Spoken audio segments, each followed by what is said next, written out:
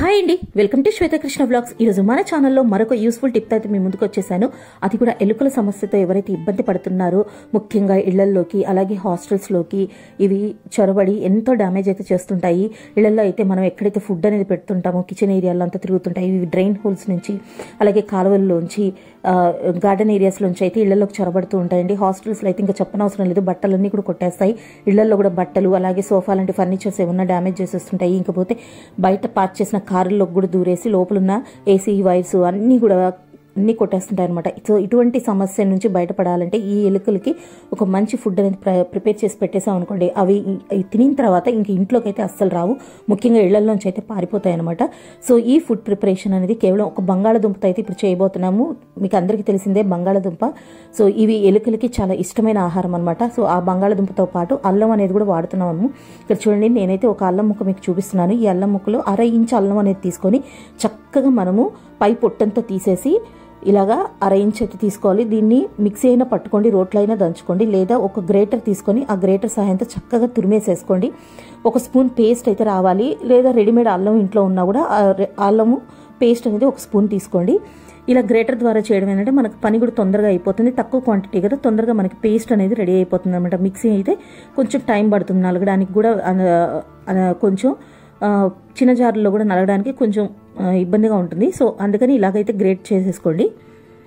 చక్కగా ఇలా గ్రేట్ చేసేసుకొని 1 స్పూన్ పేస్ట్ అయితే రెడీ చేసుకోవాలి. ఇక్కడ నేనేంటంటే ఒక మీడియం సైజ్ బంగాళదుంప అనేది తీసుకున్నాను, దానికి తగ్గట్టు 1 స్పూన్ అల్లం పేస్ట్ అయితే రెడీ చేసుకున్నాను.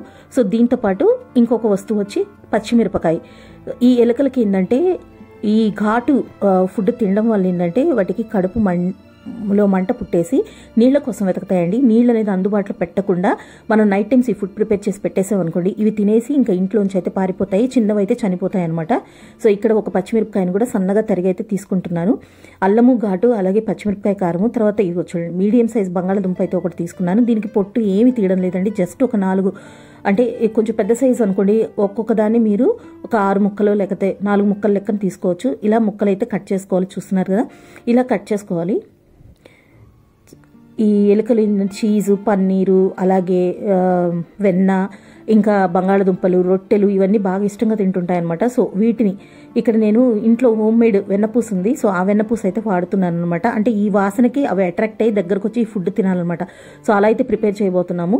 ఇలా వెన్నపూస కూడా 1 స్పూన్ దాకా అయితే తీసుకున్నాను. ఇప్పుడు మనం ప్రిపేర్ చేసిన అల్లము పచ్చిమిర్చి మిశ్రమంలోకి ఈ వెన్నపూసను కూడా చక్కగా కలిపేసేసుకోవాలి. ఇప్పుడు ముందుగా అయితే బంగాళదుంపలకి కొంచెం గుంటలాగా అయితే కట్ చేసి తీసుకోవాలండి. ఈ బంగాళదుంపల్ని మీరు ఉడకబెట్టి కూడా తీసుకోవచ్చు. ఇక్కడ నేనైతే డైరెక్ట్గా పచ్చియే తీసుకుంటున్నాను. ఈ ప్రిపరేషన్ అంతా కూడా రాత్రిపూట చేసేసి మీరు ఎక్కడెక్కడి నుంచి ఎలుకలు వస్తున్నాయో మీకు తెలుసు కదా, మీ ఇళ్లలో ఆ జాగాల్లో అయితే దీన్ని పెట్టేసేస్తే మరుసటి రోజు ఉదయానికి అవైతే ఉండవు. కాకపోతే ఒక్కసారిగా అయితే జరగదండి. ఇలా మీరు ఒక 4-5 సార్లు కానీ ప్రిపేర్ చేసి పెడితే, వారానికి 2 సార్లు లెక్కన మీరు చేసి పెడితే మీకు తొందరలో ఎలుకల సమస్య అనేది పూర్తిగా నివారించబడుతుంది ఈ ఫుడ్ వల్ల. చూడండి, ఇలాగైతే మిశ్రమం కలిపేసేసుకొని దీన్ని ఇప్పుడు మనం తీసుకున్న బంగాళాదుంపలోకి చక్కగా స్టఫింగ్ లాగా పెట్టేసేసుకోవడమేనండి. ఇది రాత్రిపూట చేయాలి. అలాగే పిల్లలు ఉన్న ఇంట్లో అయితే తగు జాగ్రత్తలు తీసుకోండి. అండ్ ఈ ఫుడ్ ప్రిపేర్ చేసి పెట్టేటప్పుడు మీరు కిచెన్లో కానీ బయట గార్డెన్ ఏరియాలో కానీ ఎక్కడా కూడా నీళ్ళు అందుబాటులో లేకుండా చూసుకొని ఈ ఫుడ్ అనేది తయారు చేసి పెట్టేసేసేయండి. నెక్స్ట్ డే మార్నింగ్ ఏమైనా మిగిలిన్నా కూడా తీసి డస్ట్బిన్లో పడేసుకోవడమే.